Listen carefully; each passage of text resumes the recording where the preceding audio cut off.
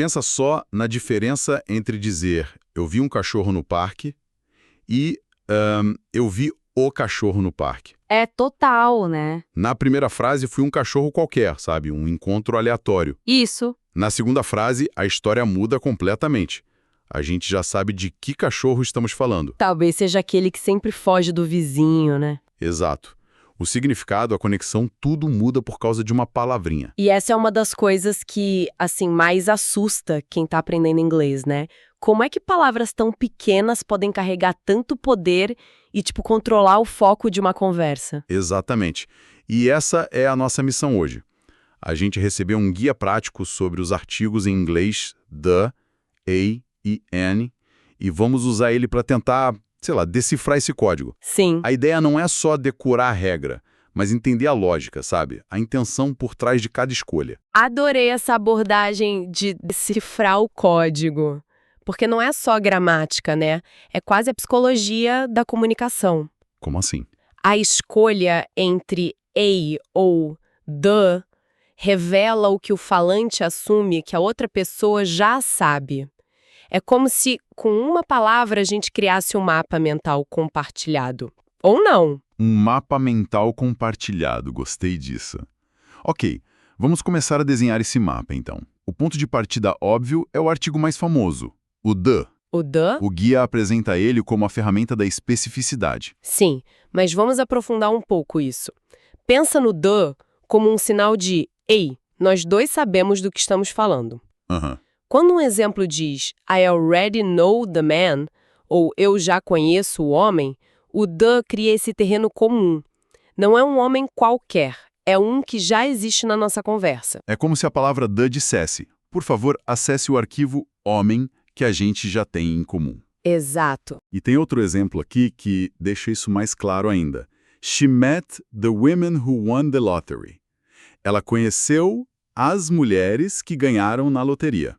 Isso. O the aqui é como se apontasse um holofote, né? É, totalmente. E o resto da frase, o who won the lottery, é a luz desse holofote. O the prepara a gente, ele avisa, olha, vou te dar uma informação que define exatamente de quem eu tô falando. Entendi. E o fascinante é que essa lógica se expande para coisas que a gente considera únicas no nosso mundo. Ninguém diz I saw a sun today. É sempre the sun. Verdade. Porque, no nosso contexto, só tem um. O mesmo vale para the internet, the sky. A gramática se molda a nossa percepção da realidade. Nossa, isso é muito interessante. Então, the não é só sobre algo que já foi mencionado, mas sobre qualquer coisa que seja única dentro de um contexto, seja a conversa ou o planeta. É um atalho. Em vez de explicar tudo de novo, você usa the para dizer você sabe qual. Certo. Então, se the é a ferramenta para o que a gente já conhece, como a gente introduz algo novo na conversa? Algo que ainda não está nesse nosso mapa mental. Aí entram os heróis da introdução. A e N. Certo. Eles são tipo uma placa de atenção e informação nova chegando. São para falar de algo pela primeira vez, de forma geral. E a escolha entre os dois, como o material aponta, é uma pegadinha clássica. Ah, essa é aquela que a gente apanha para aprender, né? Total. Não tem a ver com a letra com que a palavra começa, mas com o som. Isso. Tipo é an hour, porque hour tem som de vogal, mesmo com o H ali. E é a university, porque esse U tem som de I, que é um som de consoante. Exatamente, é pura fonética. E a função é sempre a mesma.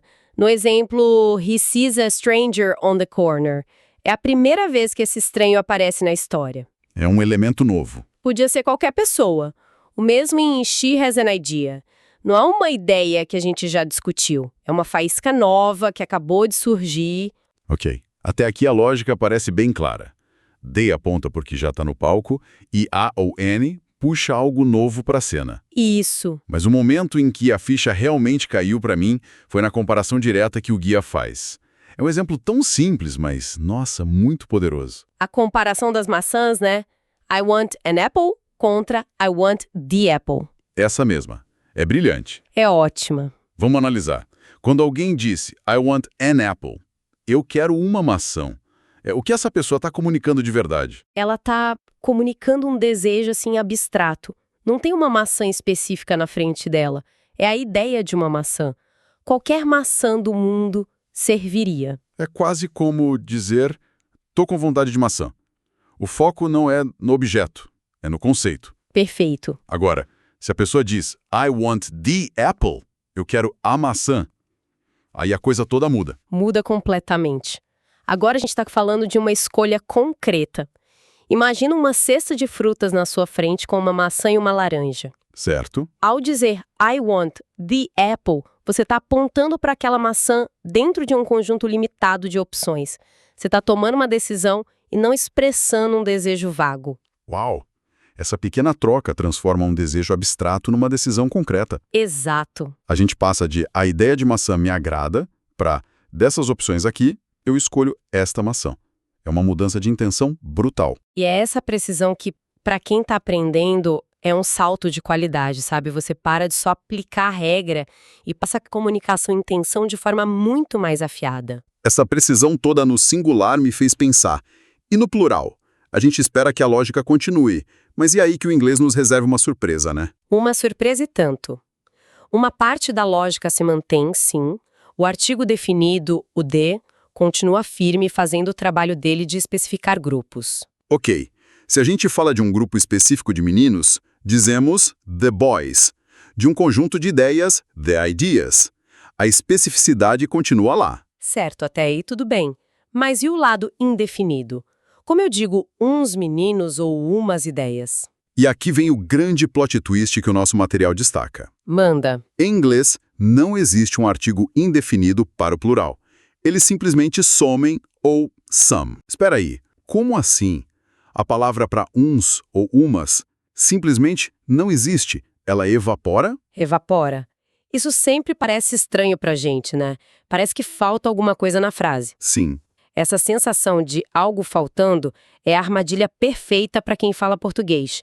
O nosso instinto grita por uma palavra ali, mas a elegância do inglês, nesse caso, está na omissão. A ausência do artigo é o sinal. A ausência é a informação. Exatamente. Então, vamos organizar isso. Se no singular a gente tem o contraste tipo the boy, o menino específico, e a boy, um menino qualquer. Uhum. No plural, a gente tem the boys, os meninos específicos, e para falar de meninos de forma geral, indefinida, é só boys. Exatamente. Boys are noisy. Meninos são barulhentos. É uma afirmação genérica. Entendi. Agora, the boys are noisy é uma reclamação sobre aquele grupo de meninos que está fazendo bagunça ali no parquinho. A ausência do artigo é o que cria generalização. Uau! A ausência vira uma informação. Isso muda tudo. Ok, a teoria está fazendo bem mais sentido agora, mas vamos ver se a gente consegue aplicar esse código na prática. O material tem os exercícios. Ótimo. É na aplicação que a gente vê se o código foi mesmo decifrado. A primeira frase é What time does train leave? A que horas o trem parte? Qual seria a lógica aí? A minha intuição é pensar que a pessoa está numa estação, falando de um trem específico, com horário, destino. Sua intuição está perfeita. Em 99% dos casos, a pergunta é sobre um trem específico. Seria muito estranho perguntar sobre um trem qualquer. Então a resposta é, sem dúvida, the train. Faz sentido, o contexto manda. Outro exemplo. Did you see accident? Você viu o acidente? Aqui parece que também depende do contexto. Mas a tendência é uma, né? Sim, a tendência é clara.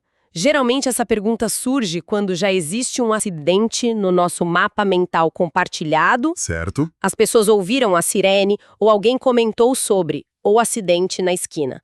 A pergunta parte da premissa de que o evento é conhecido. Portanto, the accident é a escolha mais natural. Ok. Agora a parte que eu estava esperando. A mudança do singular para o plural. A frase é They gave us an orange. Eles nos deram uma laranja. Aham. Como isso fica no plural? Meu instinto de brasileiro já começa a procurar umas, some oranges. Mas, pela nossa conversa, tem um jeito mais direto. Esse é o teste de fogo. O instinto de buscar uma correspondência é forte. If some oranges não estaria errado, é uma opção. Mas para entender a regra fundamental, o exercício é outro. Ok. A frase original é indefinida, an orange.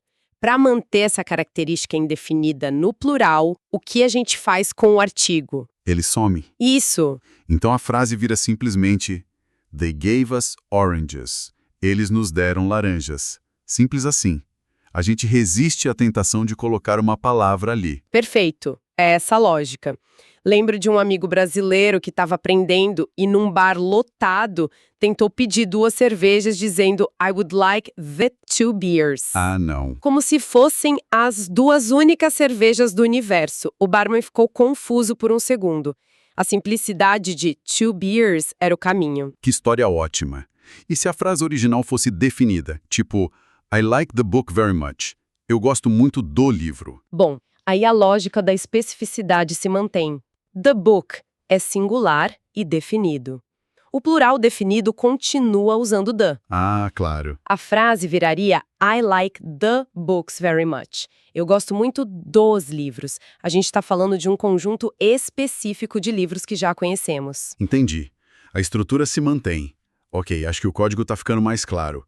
Para amarrar tudo, então, the é a nossa chave para o conhecimento compartilhado para o específico. Exato. A e N abrem a porta para o novo, para o geral e no plural. A mensagem mais clara às vezes é o silêncio, a ausência do artigo indefinido. Exato.